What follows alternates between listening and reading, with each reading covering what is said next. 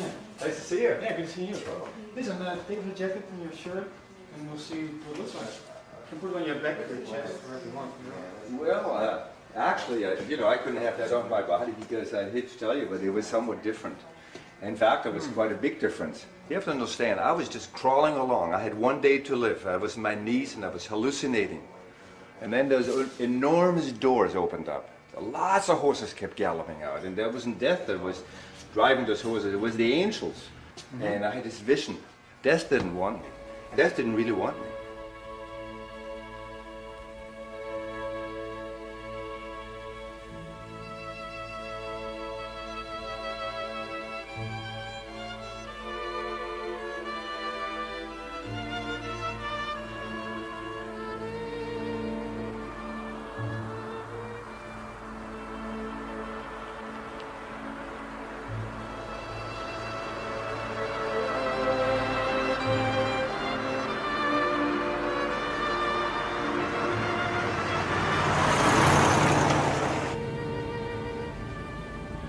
Men are often haunted by things that happen to them in life, especially in war or other periods of great intensity.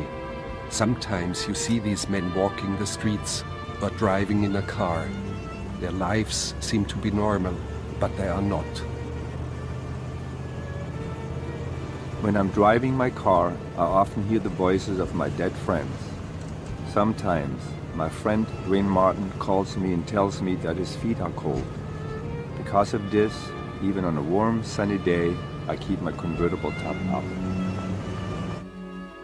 I was shut down over Laos in 1966 in the early phase of the Vietnam War. I never wanted to go to war. I only got into this because I had one burning desire, and that was to fly.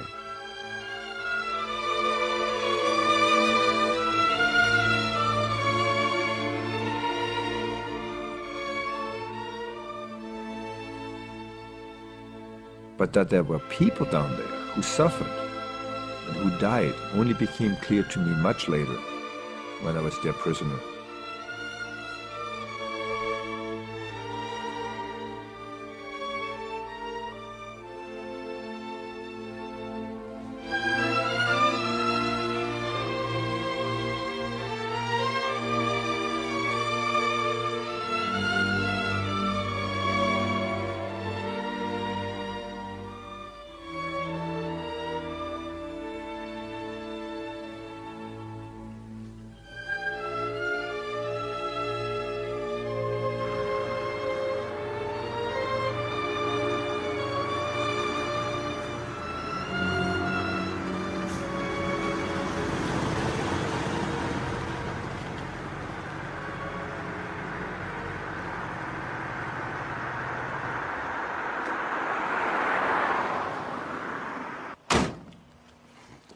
This is Dieter Dengler. He came to America 40 years ago, and for the last 15 years he has lived on Mount Tamalpais, north of San Francisco. Yeah, this is a lot of fun.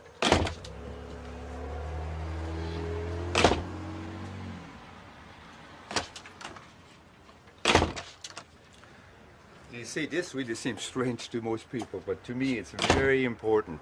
It denotes freedom to be able to open or close a door. When I was a prisoner, that I couldn't open the door, and later on when I was dying, those big doors in the sky would open up. And so most people don't realize how important it is and the privilege that we have to be able to open or close a door. So anyway, that's how I got into, and so be it. Well, this is the inside of my home.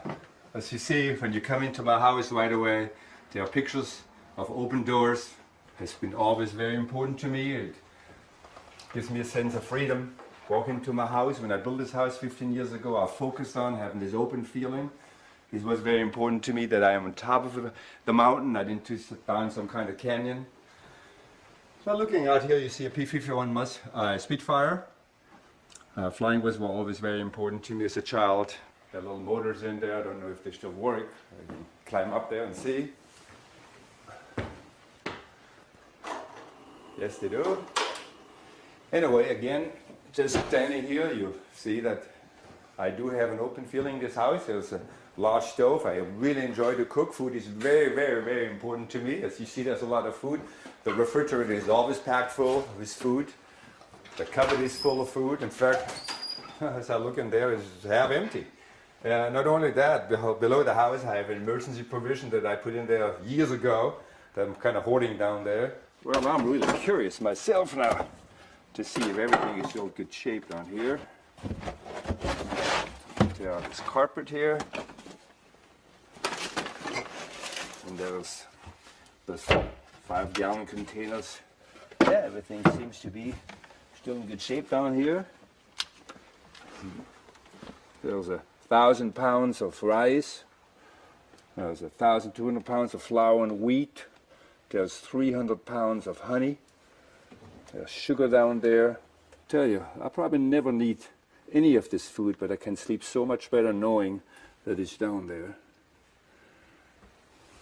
Well, while I was in prison, all we did talk about is food. We talked about deep freezers and refrigerators, stacking them up, and I decided I'm coming back home and I'm going to build a restaurant, a German-type restaurant, and I'm going to stack it up and never be hungry again.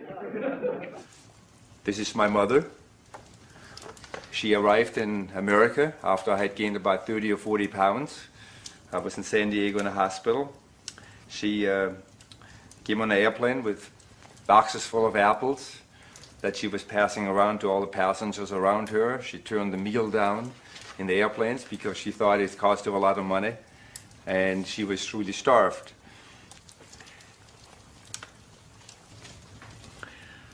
This is my father.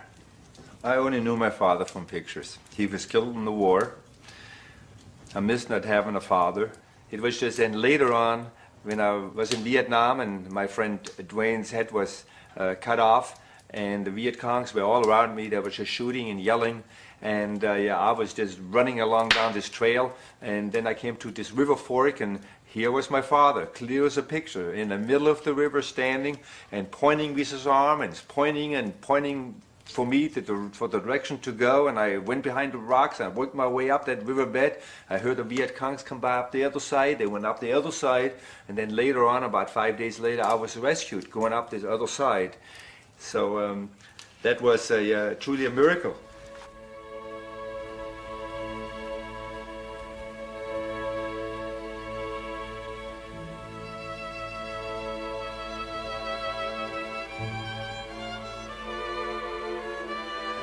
Below me, you see my hometown, Wilberg. I was born there. My childhood years were spent right here. Down here, you see the church, and a few houses to the left was my house. It's not there anymore. The bombers came in and wiped out this town. The first airplanes that I ever saw in my life, they came right over here. They were fighters. They dove down to this small town. They made senseless attacks on this small villages like this. And behind me, up there, that's kind of how it looked. I had two brothers then. We were on the top window and we looked out. And we watched all this. And I clearly remember one of the airplanes came diving at our house. And it was so unusual because the cockpit was open. The pilot had black goggles that were sitting in his forehead. He was looking. He had actually turned around. He was looking in at the window, and the machine guns were just firing because the flashes, I keep seeing them coming out. And the left wingtip just missed the house by 2 or 3 feet as it whipped by. It was just a fraction of a second. It was like a vision for me. It was like an almighty being that came out. It was just something else. It's very difficult to describe. But I knew from that moment on that I want to be a pilot. I want to be a flyer. From that moment on, little Dieter needed to fly.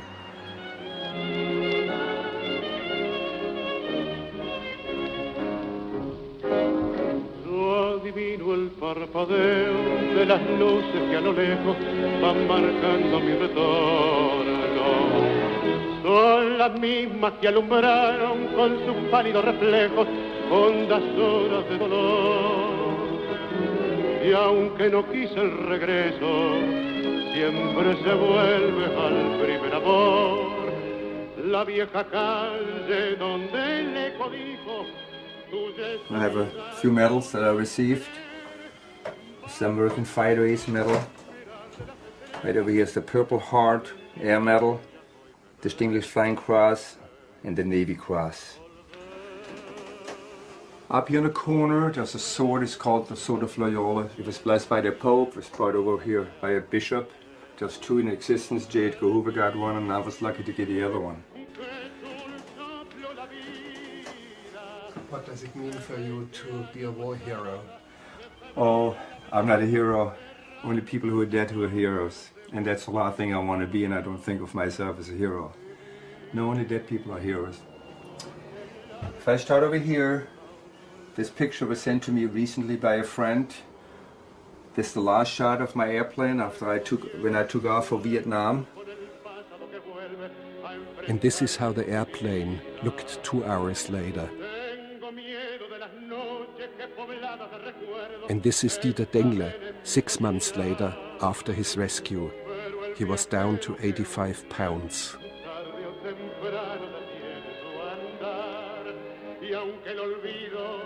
I knew hunger as a child.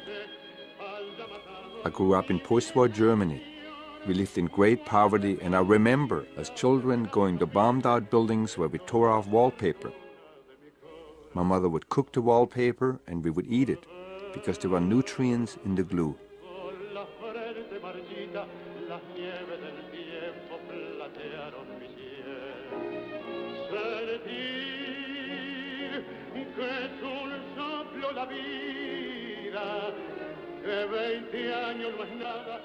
As a child, Dieter saw things around him that just made no earthly sense at all.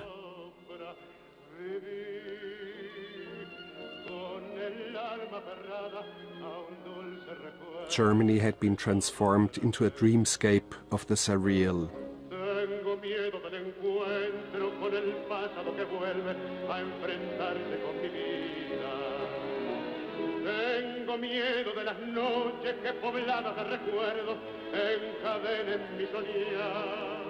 And then things got better.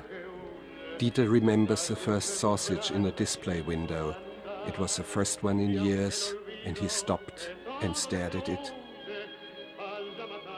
Everyone else stopped too, but nobody could afford to buy it.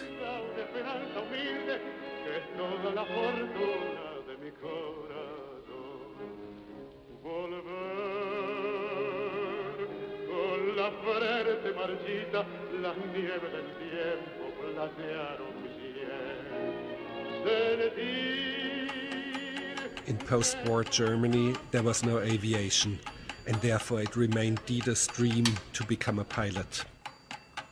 This is a very, very, very old, rare clock. From age 14, Dengle apprenticed as a tool and die maker. He learned how to build church clocks.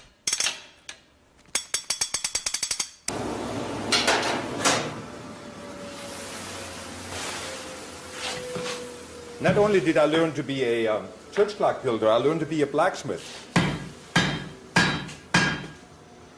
God, what a tough apprenticeship I had. How many hours did I stand right here? How many times did I have that hammer on my side? I had this boss, he was an old man, he was a blacksmith, he had hands like that. Many times he would come up, he hit me in the face, I would be passing out.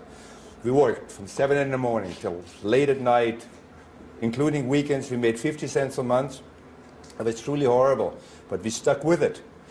And then later on in Vietnam, that's the first time I recognized it, what it meant really to me. And without this tough, tough, tough man that beat us many, many times, I could have never made it. He finished his apprenticeship at age 18. 30 minutes after his final exam, Dieter was already en route to America because his dream of being a pilot had never died. This photo was taken the moment he left. I left from right down here for America. I had 30 cents in my pocket. I was 2 hours out of town, I was hungry. I had 2 weeks to wait for my ship to leave, and I hitchhiked via Hamburg to Bremerhaven where the boat left. I was climbing up the ladder, I got seasick right away. In the back of the ship they were playing a German national song, "Auf Wiedersehen, auf Wiedersehen." Tears were rolling down my eyes. I stepped on the ship, got seasick. I was violently sick for 2.5 weeks. but I managed to go up in the kitchen or in the living room, not the living room, but where people were eating, and there I got sandwiches and I got oranges, and I hoarded all in my room. And then early in the morning there was an announcement that the Statue of Liberty is going to come inside. Went in my room, took this long shirt from my grandfather, tied it with string below my knees and filled it up with sandwiches, with oranges, with all this food. And I thought, we're just going to arrive, I'll walk off the ship, but we had to go through customs. Well, I never heard of customs.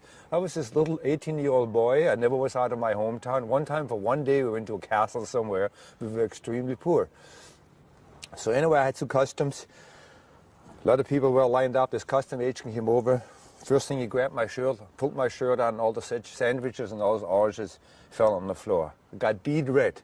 Because when I left my hometown, people laughing, they said, oh, he's going to America, he thinks money grows in the trees, They thought I'm going to end up in jail, and now I knew, they are right, I'm going to end up in jail.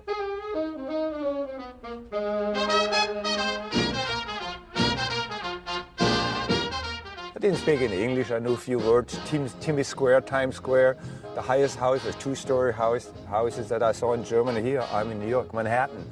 Walking around, it was just a whole new world for me. But again, of course, I was extremely hungry.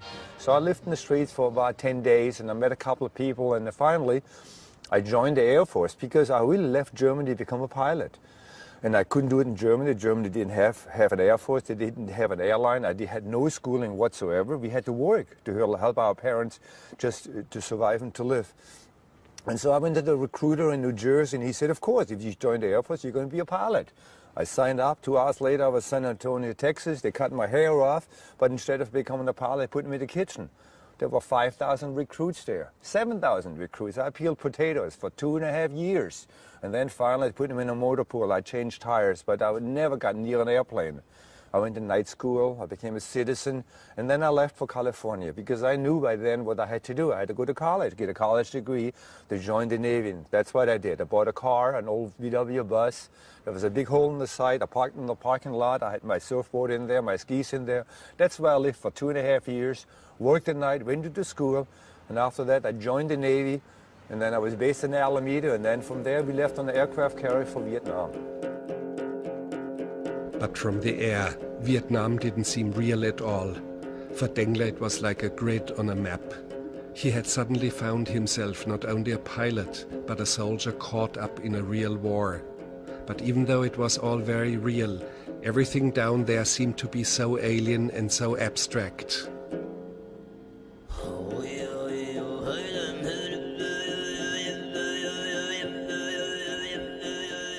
It all looked strange, like a distant, barbaric dream.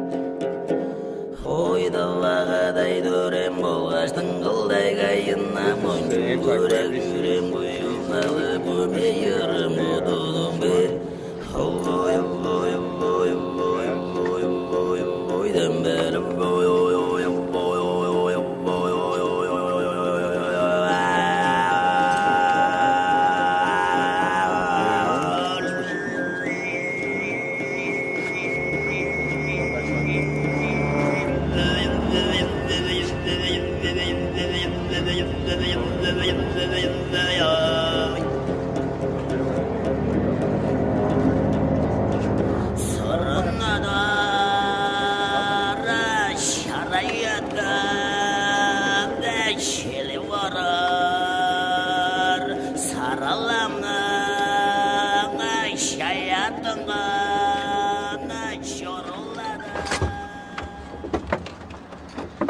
Also, I flew the Skyraider over Vietnam. I had just left the carrier. I had flown 2.5 hours through heavy flak.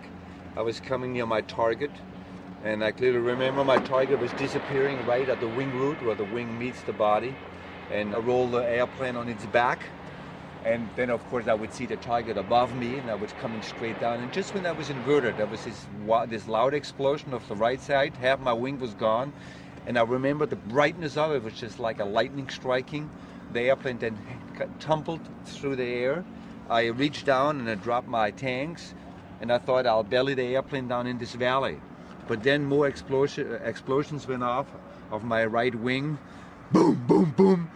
The brightness is really what I remember. I decided maybe I can fly the airplane and glide it right over this ridge. There was a ridge on the right-hand side. There was a lot of trees, as I said. There was an enormous tree in front of me, and just before I hit it, I kicked full right rudder. The airplane yawed to the right.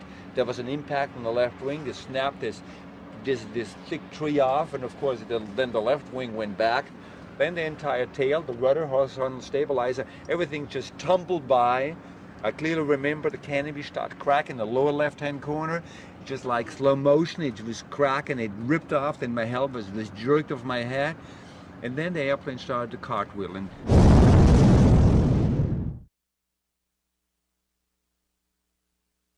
then I must have passed out, because maybe a minute later I came back. I was laying 100 feet from the airplane. Dust was still in the air. It was very, very quiet. Of course, I crawled out real quickly, and then I ran towards the jungle to get away.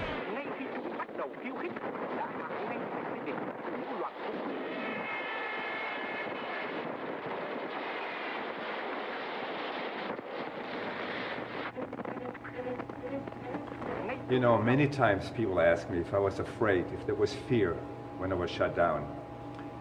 There really is no time. I had to unstrap, I had to drop my fuel tanks, I had to put the airplane in a small clearing. It was extremely difficult to fly this airplane. There was no time to have fear.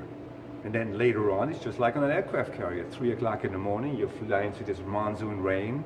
It's really not a rain, it's a waterfall that you're shooting through at 80 feet over the water, 200 miles an hour, trying to find the aircraft carrier. You have only contact through your headset with the operator on the ship. It's total darkness.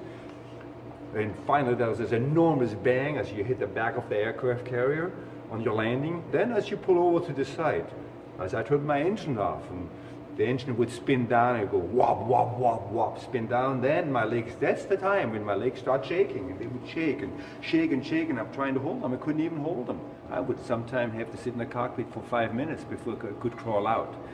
And ironically, later on, just before dying, there is no more fear. It's like a dream. It's just like floating along in a real thick medium. I used to pinch myself. There was no more pain. And I thought, is this real? Is this unreal? And this is basically what death looks like to me.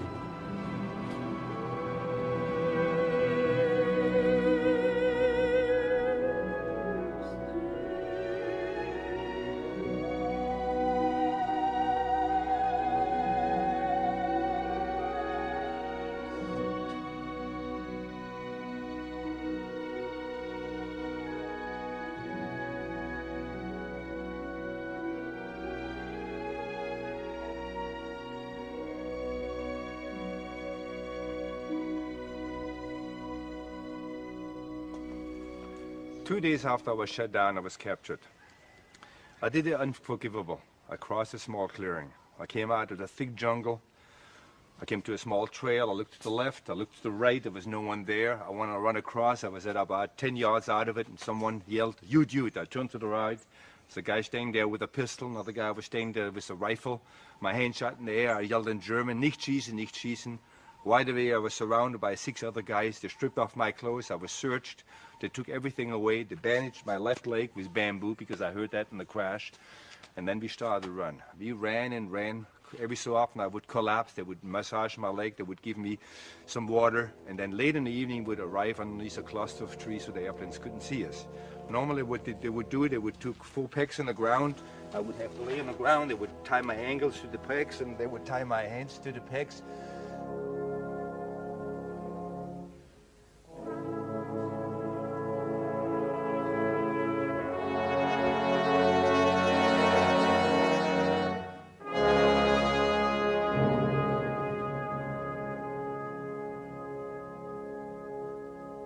In his dreams, Dengler would walk through an airport. He was going to fly back home to the Black Forest. But all the planes had been smashed to pieces. Yet he knew that the pieces would start to move and to reassemble themselves again into real planes, as a broken coffee cup in a film played backwards puts itself together and leaps back up on a table. I was sure that my flight would be on time, but then the pieces of the plane didn't jump back together as I had expected, and I grew more and more horrified, and I was glad when I finally woke up and found myself bitten by mosquitoes. In the mornings I wake up and a lot of times I couldn't even see because the mosquitoes had stung, and my face was all swollen up. Then we just walked for days and days like that. There were a lot of airplanes in the air. They were looking for me, my buddies. And I need to make a signal. I need to have some kind of device to signal to them. And luckily at one time I spotted a small survival mirror in the tobacco pouch of one of my guards. I hung around these guards all the time because sometimes we would walk way late in the evening. It was total dark. My hands were tied. The guard would be in front of me. My hands would be tied. It would go over his shoulder. Here I had the right guard in front of me, and very carefully, ever so carefully, I opened this pocket and I took this box. Dengler succeeded in stealing the mirror, and for the first time he spent the night in a hut. My legs, my ankles would be tied together with a rope. The rope would go down. There would be a peg on the ground. That's where I would be tied up. They would feed me up here.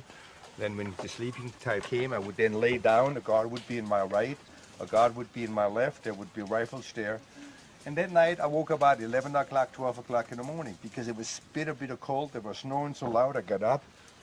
I knew that was the right time. I kicked my legs up 2 or 3 times really hard. The peg gave way. I came up, I untied my legs. Slowly I came forward to this edge, and very so carefully I let myself down to the edge. Just when I hit the bottom, the pigs and the dogs and the chickens ran off. There was a hell of a racket. I quickly went back up. I lay down again.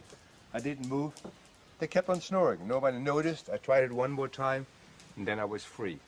I was in the jungle, but I couldn't move because it was so thick. But my target was a mountain. The karst mountain, just like that, and that's what I was heading for. I'd seen that in the moonlight, but I didn't realize it was a karst mountain. There was crevices after crevice. There was very, very sharp rock. It was very, very difficult to go up to this rock. I finally got on top. There was no vegetation on top. That day, nothing came. They had stopped looking for me, not a single airplane. The only thing that really came was the sun. And it got hot. I didn't count on that because I was for the last 2 weeks in the jungle. And it was cool down there, and I was already getting delirious, and I saw all those, it was just terrible up there. And finally, I decided to work my way down from this hill towards a water hole. I had seen a stinking water hole in the bottom of this hill, and that was my target because I knew water was the only thing that would make me survive.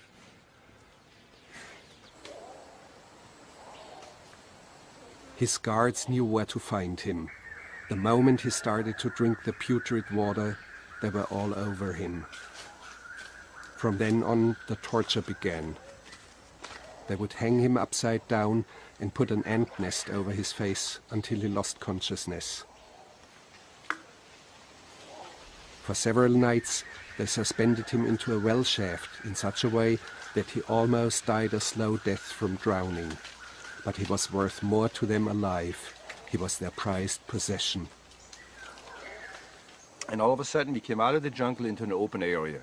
Real red, dusty area. There were about 30 guards standing there. They had formed a circle. I was dragged in the center of the circle, and there were 2 North Vietnamese guys were standing there. They had their caps on, the red stars on it. They had khaki uniforms on. They started yelling and screaming and started kicking me. And all of a sudden, one of the guards came across the circle, walked towards me. He had his rifle in his hand, the butt first, and he came towards me. He hesitated a couple of times. He swung towards me. I moved my head. He hit me in the shoulder, knocked me down on my back. The gun went off, and I clearly remember looking across. Another one of the guards closed his eyes, fell backwards over. He had no shirt on. He had just a loincloth on. I saw the blood coming out just above his kidneys. His buddy saw that. He took his gun, started shooting at this guy who shot this guy. I'm laying on the ground. All of a sudden, bullets are flying. They're screaming and yelling. They had forgotten about me. I thought it was the end of me. I had closed my eyes. I waited to be shot myself. I closed my eyes. I looked over. I saw someone wrap a loincloth around this guy's waist. You know, it was natural for them to be really angry at me now. I had escaped from them, they had lost face, and they really want to get even. Whenever we near the village, that's when they really became aggressive. They had this new idea. My legs were tied up, my arms were tied up, my hands were tied up. I was tied behind the water buffalo. They hit the water buffalo with a stick. He started taking off. I was hopping behind it. I was trying to keep my balance, but pretty soon I fell over. Two or three of the guards, the bad ones, kept walking to the right and left. They were kicking me in the face with the dust all the time. They were kicking me. Other guys would jump into my back. The kids were laughing. They thought it was just this was a lot of fun. Later on, they wanted me to sign something condemning the American aggression in Vietnam. I didn't sign it. I didn't believe in it. They came up with this idea. They stuck small little pieces of bamboo underneath my fingernails. They cut my arms. They put pieces of bamboo, actually they stuck it in there, and they left a piece of bamboo in there. They cut here, they cut here, they cut here, at various different places. Then one guy had this idea, they put this rope around my upper arm, like a tourniquet. They put a piece of wood in there and twisted it until the nerves were cut against the bone. My hand would drop, and this hand was completely unusable for 6 months. They were just always thinking of something to do to me. It's Christmas time in my hometown in Germany. It is beautiful. All the decorations, it's like a Christmas calendar. But many, many years before, during the Nazi time, it was a different story. In fact, in this town, 100% of the people voted for Hitler, except one person, my grandfather. He was picked up at the house. They hung signs around his neck saying that he was a traitor. They paraded him through town. With a fanfare of drums and trumpets, people spat out of the windows, water was poured on him. And he feared for his life. He thought he's not going to live through it. And for me, 30 years later, when I was a pilot in Vietnam, I was a prisoner. I was tortured, and they wanted me to sign a piece of paper saying that I condemned the American action in Vietnam. And I was strong enough not to do that. Many times this strength came through my grandfather. I was thinking of him, and if he could do it, so could I do it. Stop. Tù đi lên, tù.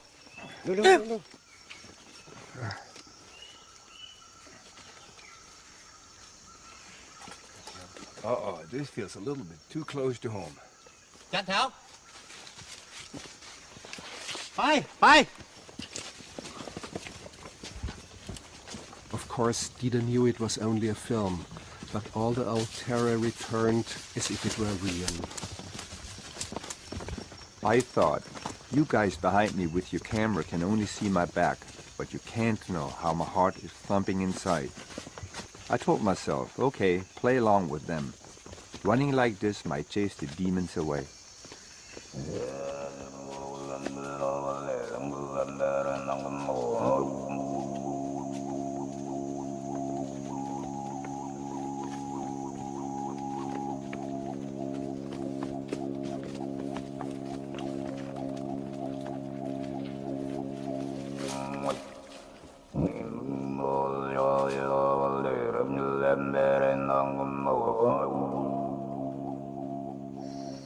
Almost everything that I learned in survival school back in California, I couldn't use in the jungle. I watched my guards. They taught me a lot. They taught me how to set traps. They taught me how to make fire. In the jungle, it's quite easy to find an old piece of bamboo, which is right here. You split it in half, and then you mount half in a vertical position. You take 4 or 5 sticks and to hold it into place. Then you take the other half, and you cut a groove in the other one from the top. You cut this groove just far enough in so it just barely comes back on the other side. Then you take a machete or anything else and you make some scrapings of the bamboo. As you can see, it looks like little wool. Now I have prepared this a little bit already, but you take this wool and you put it over this crack, then you start rubbing.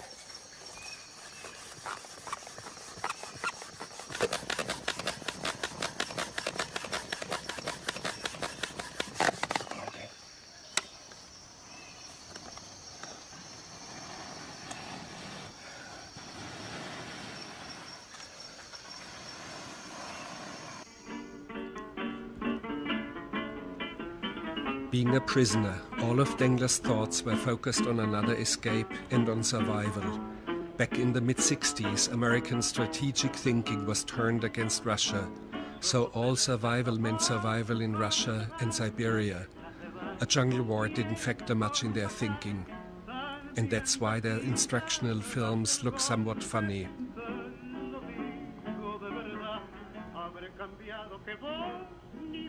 You know, when it rained that hard, you didn't have to collect water.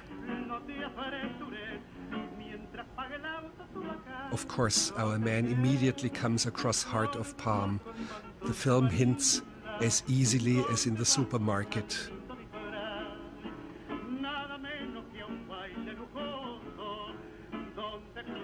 Very important is that you've got a knife. Of course, our man also has his whetstone on him. And you better look hard for the enemy.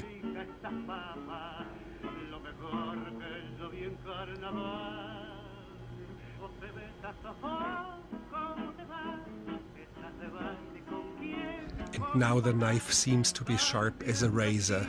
You've got to put it to the test. A leaf should slice easily in two. Now, if the leaf doesn't cooperate, you can still chew it.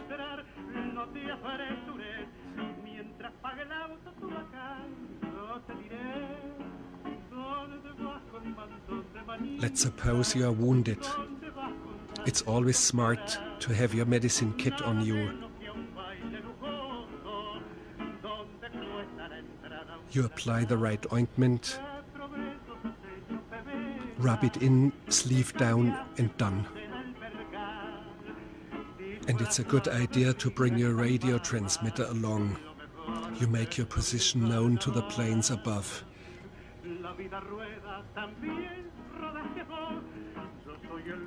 And then you shoot a flare. The rescue helicopter spot it, and you better scramble for a clearing. The helicopter is already waiting. But now this is very odd. What for God's sake is our man signaling so frantically to the helicopter right above him?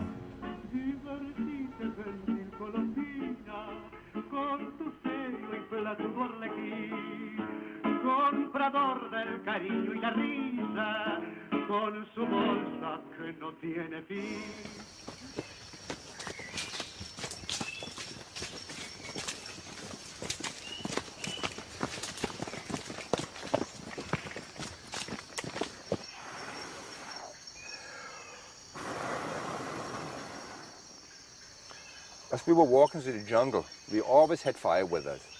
One of our guards had this little container on wires. It was full of charcoal. He would swing it back and forth so it wouldn't go out. Some of the other guards would have a fan made out of bamboo. They would cut it on top with a machete, then they would beat it flat with a rock. They knew exactly what wine to cut. Some white sap would come out. It was really sticky. They would smear it all over the surface here. And as we were walking along, they would just see a small or a big bug way up on a branch or on a leaf. They would reach up very carefully, and the wings of this bug would stick on it. They would take it off, and they would lay it on top of this charcoal. And as we were walking along, they were barbecuing all the time. In fact, one time I turned around, they had a small bird barbecuing. When we got there in the evening, they weren't hungry.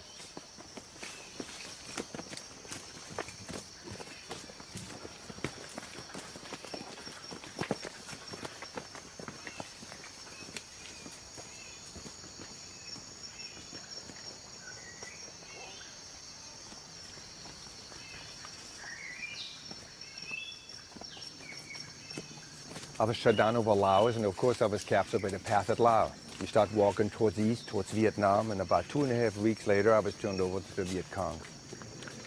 Even though later on I was kept in the path at Lao camp, it was clear to me that the North Vietnamese were running the show. They were a different breed of people. I was frightened of them. They were very honest, they were very precise. When I walked with them, we would come into a village. They would line up all the people, they would count the people, they would write down the name of the village, they would look at their watches, it would be 7:28, they would note the time, they would tie me down different at night. There was no chance that I could escape. In fact, there was one incident that's very vivid in my mind. Initially, when I was captured, they took everything away from me. accept my engagement ring and insist of keeping it and let me have it. And here, about 2.5 or 3 weeks later, we arrived in this village. We came to a hut. It just looked something like this. There was a villager in the corner. He was cooking. Next thing, he's next to me. He gave me a plate of rice. He smiled at me. He was very friendly. All of a sudden, he grabs over, he grasps my hand. He gets a hold of my ring. He starts pulling my ring off. And of course, I'm pulling back, and it's going back and forth like that. There's no way this guy's going to get my ring. He got up. He left. I thought it was all over. All of a sudden, a few seconds later, he's coming back with a machete. He raises his arm. I realized then I better let him have my ring. The North Vietnamese, they were in the corner. They were doing something over there. They were not aware what was happening. They got up, got our stuff together, and off we went. We left. I was disappointed. I was unhappy. And the longer we walked, the angrier I get. And about an hour and a half or 2 hours later, I stopped them. I showed them my finger. It was all white where the ring had been. First, they didn't understand what I was talking about. I made stealing gestures. They got together, they talked, and they turned around and started walking back towards this village. Of course, I was happy. I was thinking I'm going to get my ring back. But I wasn't prepared of what happened next. We got in this village. Next thing, they find this villager. They just beat the hell out of this guy. And then they grab this guy's hand. Violently, they grabbed his hand. They put him on top of the table. They put his finger there. They chopped his finger off. I'm leaping back. The blood is squirting out. The finger's laying on the ground. The North Vietnamese bends down. He picks up this finger. He pulls off this ring. He sticks it on my finger. I was speechless. I had caused this misery. I felt horrible. He nodded to me.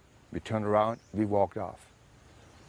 I realized right then and there, you just don't fool around with the Viet Congs. It's just a movie. Don't worry about it. And you still got your fingers and everything.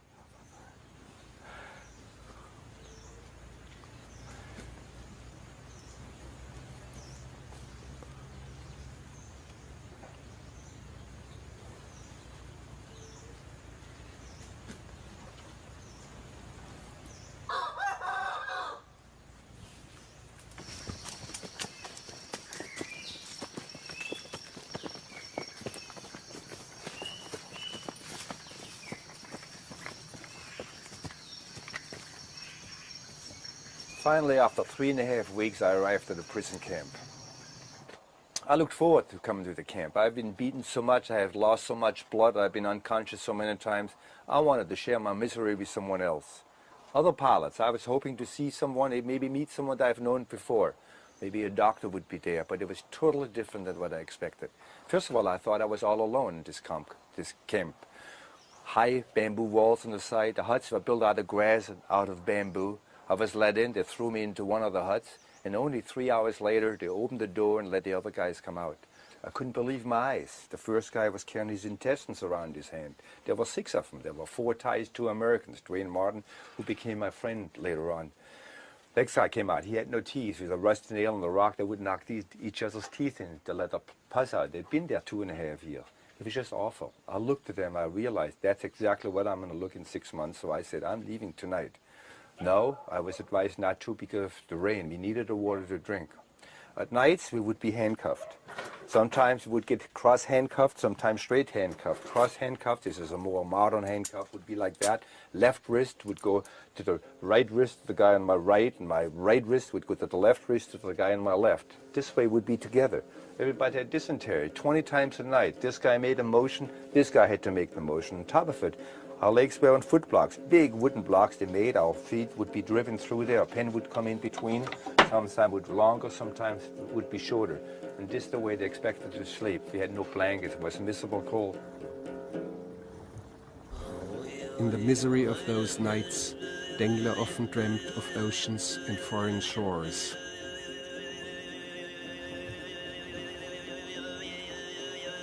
And I dreamed that a boat appeared, and the whole American Navy came to rescue me. And I waved and I shouted, but they wouldn't listen. They just kept on going and went somewhere else.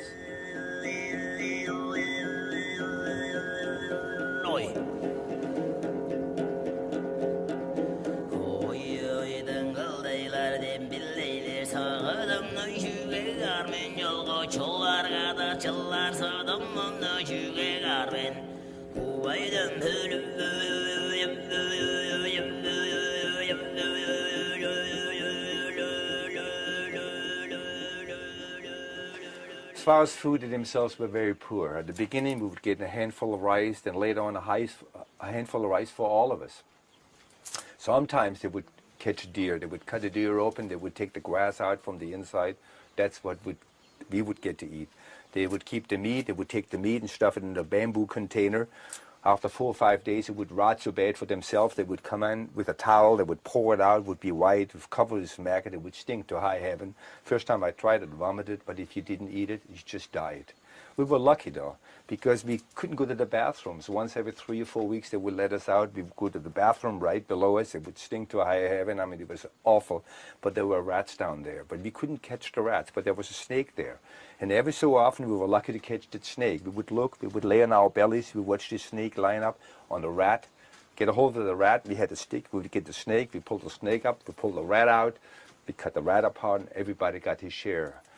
We lost, of course, a lot of weight waiting for the rain to come, but we had to supplement our food for the day that we left for freedom.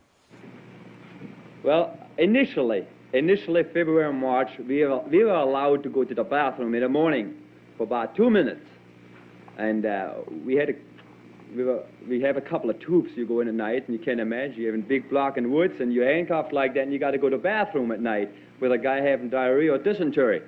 So it was a real mess. But while we walked down, we run down like hell. It's about a 20 or 30-foot walk to the hole. And while we did this, they shot at us. And it got so close that some of the prisoners came back with black in the face or greased their hair with a bullet. And so we didn't even want to go anymore. We rather stayed with the tubes. Why would they do that? The question is, why were they shooting at you?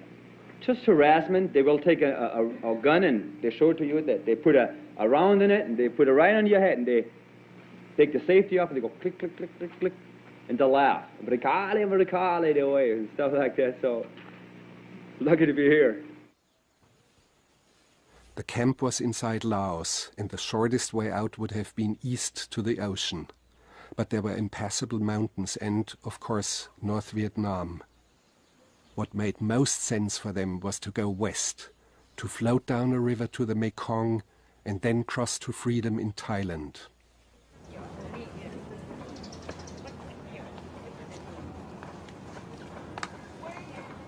Our plan to escape from this prison camp was planned right down to the last detail. We had 6 months. We're waiting for the monsoon rain.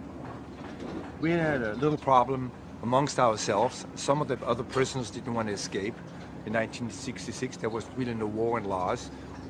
They were hoping to be released pretty soon, and also they were afraid of being shot on the way out. This changed pretty dramatically real quick because the Thais, who spoke the language, just had overheard the guards outside talking about that they would take us in the jungle, shoot us, so it would look like we'd escaped, because they wanted to go home anyway because they had hardly anything else to eat.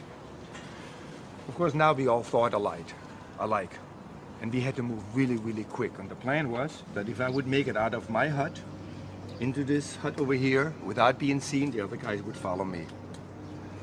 Now we had, for the last 2 or 3 weeks, we had a little diagram. We had little squares with names on it for the people and for the rifles. We would look through the cracks, we would observe them, we would listen to them, and pretty soon we knew exactly where every rifle was, where every person was, because this was very, very important that they would all be in the kitchen at the same time, because our plan was that while they're in the kitchen, we would encircle them, we would capture them, lock them up, we hold the camp, signal the airplanes at night, and be rescued right out of there.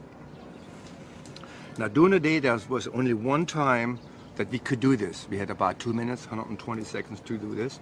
And this is when the cook over here would yell, chow time, food time. They would take Only then would the guards leave their rifles behind. Next problem was to get out of the handcuffs. It's quite simple. And nowadays, everybody ought to know how to open the handcuff. If you come a little closer with your camera, I can show you how to do that. With this small key, I'm going to open the handcuff to show you the functions inside. As you look in there, you see the small spring going back and forth. You also see a few teeth in there that hold the handcuff in place.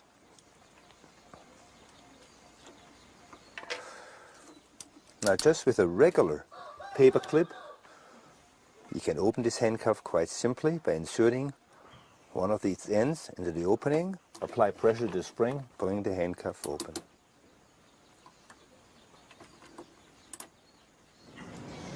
The day came, the cook yelled, "Chow time." I stripped my blocks, I let myself to the floor. I was underneath my hut now. I crawled quickly over to the logs, those heavy logs that I had to lift out. I actually loosened them the day before. My heart was really pounding. I crawled across. I came to this fence, I untied the rattan, slipped the bamboo up and walked through the door, and I leaped in this hut. There were 3 rifles in there. 2 I passed away, and the other one I kept.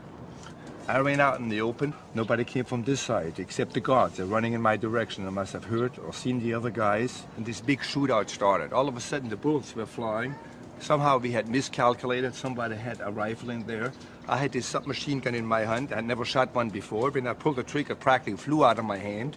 It raised up like that, and this allowed them to close this distance real quick. They came within 2 or 3 feet for me. The moron, one of the guys, had a machete in his hand. He came within 4 or 5 feet. I shot him through the hip. It lifted him up. It threw him down to the ground. Next thing I'm looking up, he's getting up again. He still had the machete. He's still coming at me. Of course, this time I couldn't miss. He was right 2 or 3 feet in front of me. I couldn't believe it. I didn't have a scratch. There's 5 dead guards laying on the ground.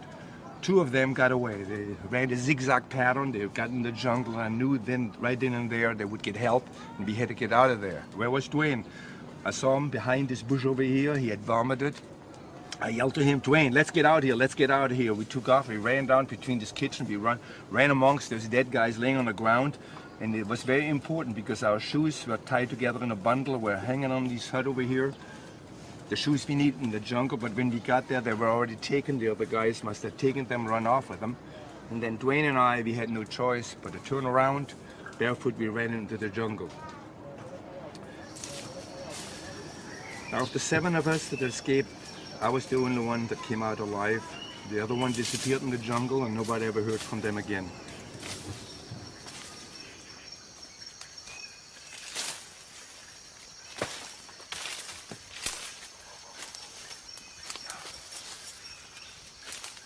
God, how I ever made it through this jungle, barefoot for weeks, I never know.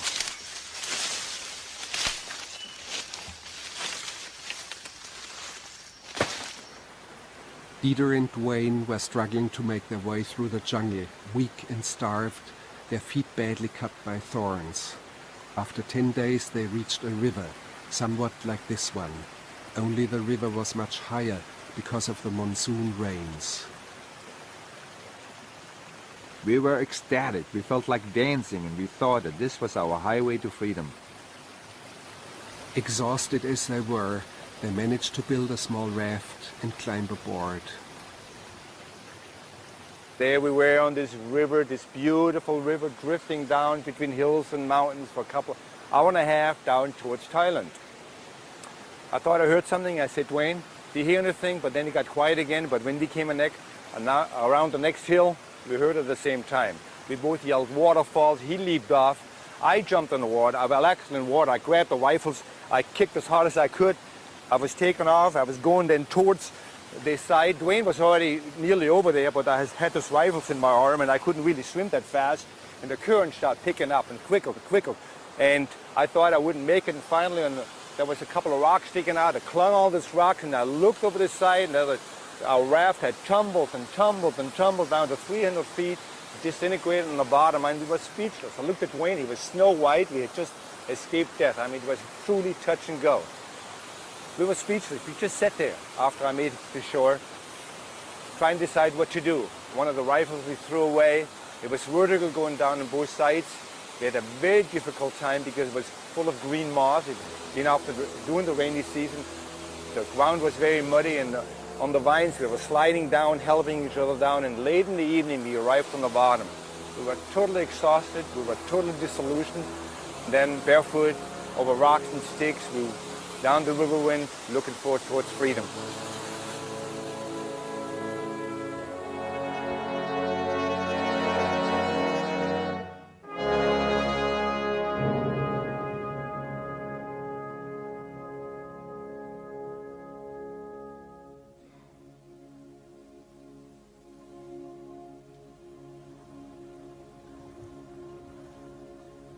To this day, I often think about Dwayne Martin. We shared so many hardships, hopes, and despair, and this made us grow very close. At the end, Dwayne was closer to me than anyone else in my life. even closer than my mother and my brothers.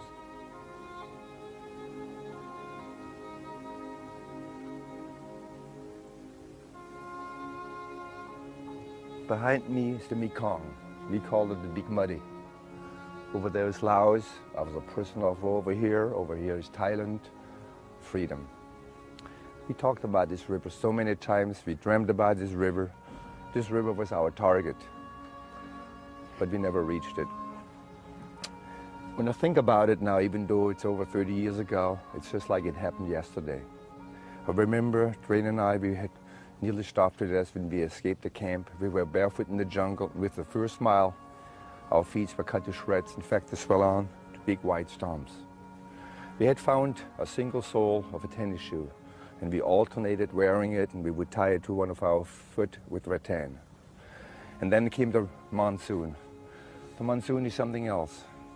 I mean, you have to really be there to know what I'm talking about. It is deafening. You could scream on top of your lungs and nobody can hear you.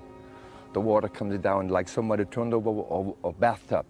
It goes for hours, for days. The mud, the bamboo, all the stuff that comes down from the mountains. In fact, Dwayne and I, we had to look for high grounds. We would tie ourselves down to a stump of trees, not to be swept down with this mud overnight. Of course, we would hug each other. We needed each other for warmth. We needed each other for friendship in this misery. And then came dawn. I would look over there and I couldn't even recognize Dwayne. Dwayne would be covered from top to bottom with mud and blood. I looked the same. We had leeches, not 20, not 50, hundreds. It was like a belt. It was black around there. Our legs were covered with leeches. They were looking for the soft spots between our fingers, underneath the arms and nose and the ears. It was awful. They're tiny, tiny creatures, like a needle. They find every tiny little hole. They attach themselves, they suck themselves full with blood as big as this finger. We would then now take our rags off. We would take bamboo and we scrape them off, and on we went. But then there were a couple of times we thought we really had it made. One time we built a raft. We had to abandon the raft went over the waterfall. But then later on we made this beautiful fire. We waved at night to the airplane. They saw us, they circled overhead, and we knew we were going to be rescued that next morning. Later, we hugged each other, we cried together, we talked about who's going to helicopter first, what are we going to eat, who are we going to call? And then morning came and we waited and waited, and nothing happened. It was a blow, what a disappointment. But then we had to move on because we were starving to death. In fact, we couldn't even walk anymore. We were crawling and lay on our knees down this small little trail, and all of a sudden there was a small boy on our left. He was carrying a water container over his shoulder, and all of a sudden there was all this commotion. People were running all over each way. There was noise. Dwayne and I, right away, we were on our knees, and we put our hands together. We said, hello, Sabai. Dwayne then started sitting back and started getting up. And all of a sudden, out of the corner of my eye, I saw something. I looked over there. A villager was standing there. He had a machete in his hand, high above his head. He just hesitated for a second, then he swung. He swung for me. I ducked. It missed me by a few inches. He hit Dwayne in the upper leg. The blade was deeply buried in it. Dwayne screamed. He reached down. He grabbed his leg, screaming. And with the next swipe, Dwayne's head came off. Blood squirting out. I started screaming. I leaped toward this villager. He turned around. He ran. In fact, they all started running. And unknowns to me, I had reached down and grabbed this rubber sole from his foot. I turned around and ran when 30 seconds before I was crawling along. Dwayne, my friend, he was gone. And from then on, my motions, my progress became mechanical. In fact, I couldn't care less if I would live or die. But then later on, there was this bear, this beautiful bear that was following me. It was circling me. In fact, sometimes when it was gone, I missed it. It was just like a dog. It was just like a pet. Of course, I knew this bear was there. He was waiting to eat me. When I think about it, this bear meant death to me. And it is really ironic. That's the only friend I had at the end was death.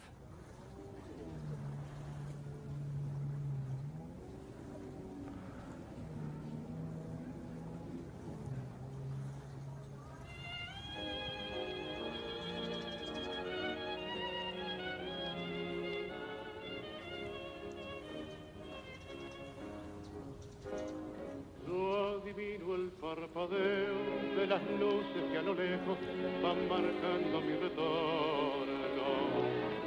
son las mismas que alumbraron con sus pálidos reflejos hondas horas de dolor. Y aunque no quise el regreso, siempre se vuelve al primer amor. La vieja calle donde el eco dijo, tuya es su vida, tuyo es su querer, bajo el burlón mirar de las estrellas. How Dieter Dengler has been able to cope with all this remains a mystery. He hides behind the casual remark that this was the fun part of his life.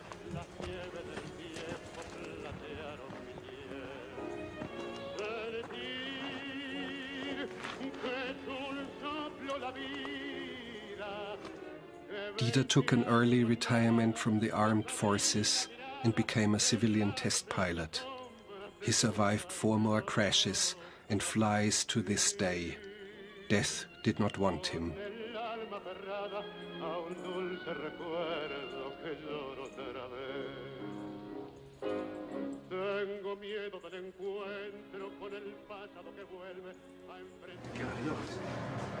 What's that, about 20 pounds? No, 30 actually. 30 pounds, wow. God, You'll be surprised. How long did that take to cook that thing? took 5 hours. 5 hours.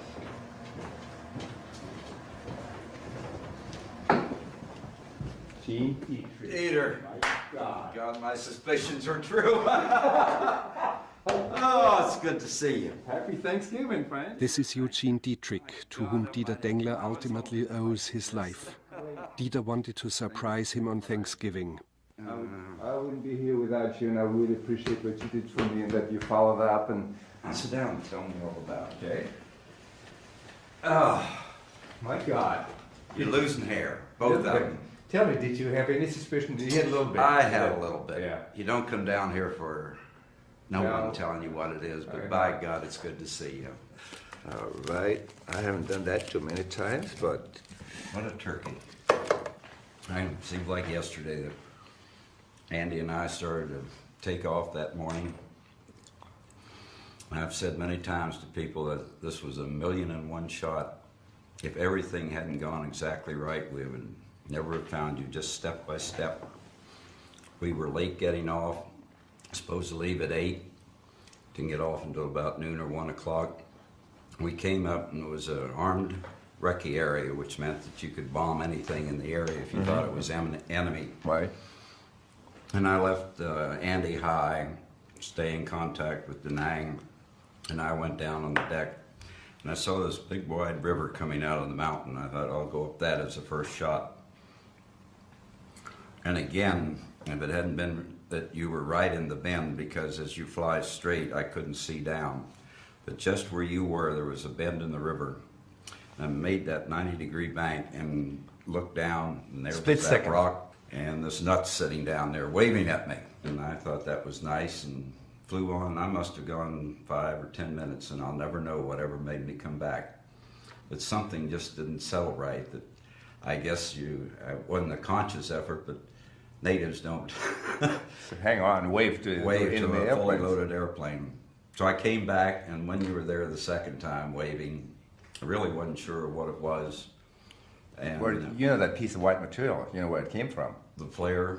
The flare. Actually, it wasn't the flare. About 5 days before, you know, I had burned down a village, and the Americans saw it, and they dropped flares, and it was one of those parachutes. And I had already given up It at that looked like time. fishing nets from where I was. Well, I'll tell you, I'll pull that sucker down. I had that thing in my little backpack, and when I heard that airplane, I didn't even look up. All I could do is reach back there. That's when I pulled that white piece of material out. And I was thinking, SOS, SOS. How does it go? Does the S go this way? Or the S go this way? And I ripped my pants off, trying to lay it down, and every so often I would look up, and you were way in the corner between the clouds. I thought, oh God, please don't let them leave. Please don't let them leave. As I was laying out this SOS. And as I came back around the next time, I asked Andy if he could see anything, and that's when he saw the parachute and said it looks like he has an SOS. Well, that gave us both the clue that someone was down there, and the fact that you were there after 3 passes. So we pulled off to the side, and I called the Crown Aircraft, which is the C-121 controller in that area, and asked them if anyone had been shot down. And they said there was no Air Force, no Navy, no Marine, no Laotians, no Thai. Nobody. And I said, well, insisted that someone was down there. And they said, well, it couldn't be. And a long conversation went on, but we finally got approval, and they got the rescue helicopters, 2 of them. And the aircraft on the coast escorted them in. I took the lead helicopter when they got in sight, put him down and told him where you were, and went out. And that's when he dropped his long-range tank up the river from you. That's the first time I realized it was for real, because, you know, I was hallucinating all this time. And when I smelled that gasoline, I knew it was for real. And he couldn't get down very low because of the mountain. And he dropped the penetrator cable down, and I saw you climbing aboard, and it was then that my heart began to beat, I'll tell you. Well, you know, I couldn't even pull down the zip on the penetrator. I had it in my armpit as I was going up. The helicopter had come in, and all the trees and the bushes of the horses, the prop wash was blowing me around down there, and I had a hard time catching that. And as I was going up, I was just going round and round. They were taking off because the Viet Congs, they were shooting up at them. The guys up there had the machine guns, not only on them, but also at me, because they thought that I might be a Viet Cong. They probably had the same idea I had. Not recognizing Dieter as an American and fearing he might be a Viet Cong on a suicide mission, a black corporal on board the helicopter threw his weight of 300 pounds upon the skeleton that was left of Dieter and wrestled him to the floor. The previous day Dieter had seen a snake swimming in the water and had bitten it in 2 from hunger. Searching for explosives, the corporal pulled out half a snake from under Dieter's shirt. It gave him such a shock that he fell halfway out of the helicopter and had to be rescued himself. So as he started to pull away and I saw you going in and the thing didn't blow up, I gave a great sigh of relief. I'll tell you, that scared me, because I thought my career would be over at that. And as they went away, I asked them if they could identify you, and they said that they didn't know who it was, but he claimed that he was a Navy lieutenant that had been shot down several months before. And I'll tell you, my heart gave a sigh of relief.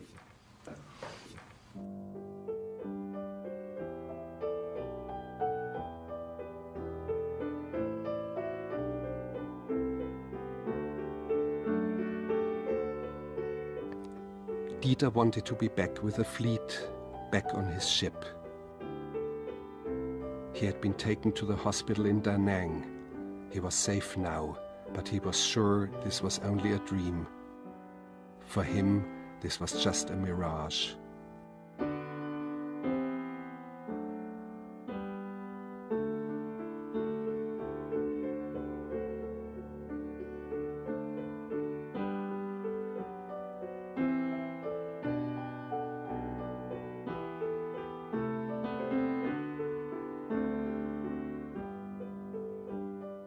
He wanted to run, and they had to tie him to his bed.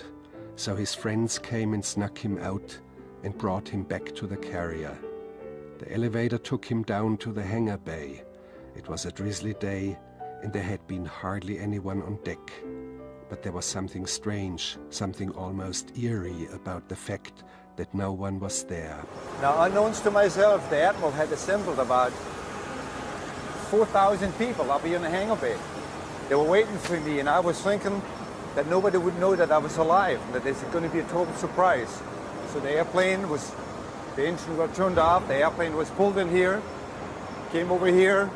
They were just, of course, loaded with people. 4,000 guys were waiting.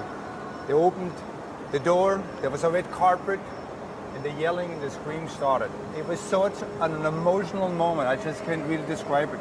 The tears. All my friends that I've been to flight training with, Norman, Spook, Farkas, Lissard, they all were there, tears were rolling, hugging.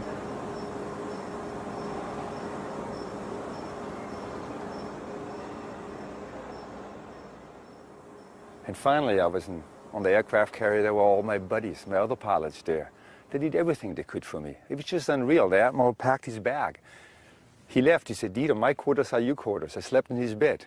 At nights I would have dreams, I would yell and scream. My friends would tie me down. They even got afraid of me sometimes. So they finally figured it out, and they would take me up in the cockpit. At nights they would take me up on top of the carrier deck, and they would pack me into a cockpit, put 2 or 3 pillows next to me. That's where I felt safe. That's where I felt truly, truly safe. And then I would sleep in there. In fact, later on, when I was at different bases, sometimes at nights I would come down and I would go to an aircraft cockpit and I would just bed in there and I would sleep in there. And I brought you here to show you all these airplanes. I mean, this is a heaven for pilots. I mean, just look around. In every direction, there's just miles and miles and miles of airplanes everywhere. Here, miles and miles. God, look at the cockpits. This is just fantastic. This is just really, really, truly beautiful, and one could really feel at home here. This is just a heaven for pilot.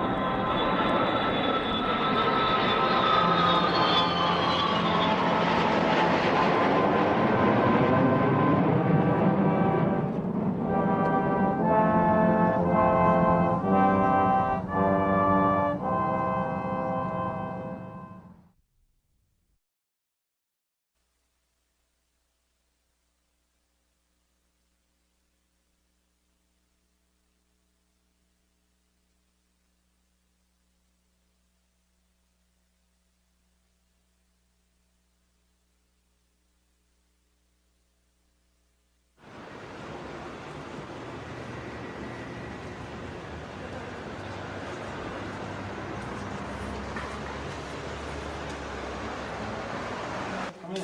Nice to see you. Yeah, good to see you. Listen, take off the jacket and your shirt, and we'll see what it looks like. You can put it on your back of your chest, wherever you want. Well, actually, I couldn't have that on my body because I hate to tell you, but it was somewhat different. In fact, it was quite a big difference. You have to understand, I was just crawling along. I had one day to live. I was on my knees and I was hallucinating. And then those enormous doors opened up. Lots of horses kept galloping out, and there wasn't death that was driving those horses. It was the angels. And I had this vision. Death didn't want me. Death didn't really want me.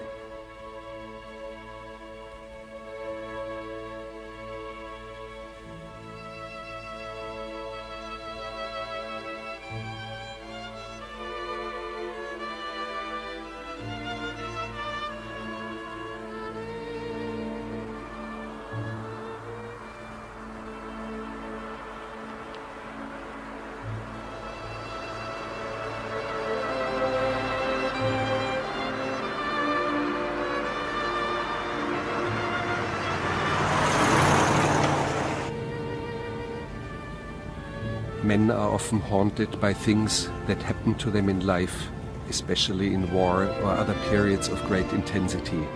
Sometimes you see these men walking the streets or driving in a car. Their lives seem to be normal, but they are not. When I'm driving my car, I often hear the voices of my dead friends. Sometimes my friend Wayne Martin calls me and tells me that his feet are cold. Because of this, even on a warm, sunny day, I keep my convertible top up. I was shot down over Laos in 1966 in the early phase of the Vietnam War. I never wanted to go to war. I only got into this because I had one burning desire, and that was to fly.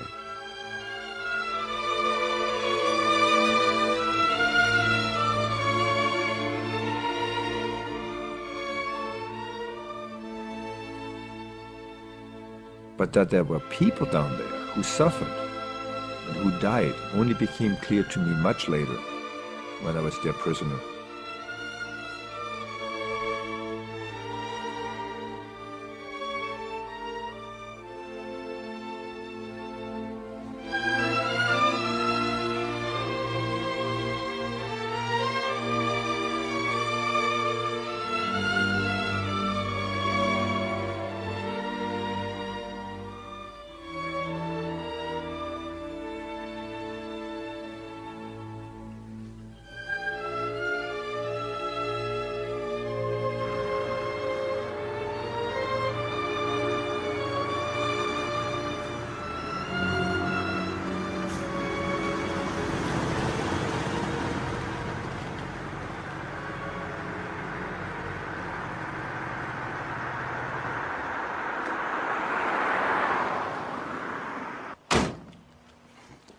This is Dieter Dengler. He came to America 40 years ago, and for the last 15 years he has lived on Mount Tamalpais, north of San Francisco. Yeah, this is a lot of fun.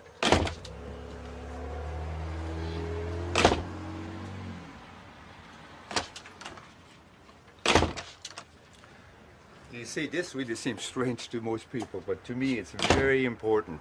It denotes freedom to be able to open or close a door.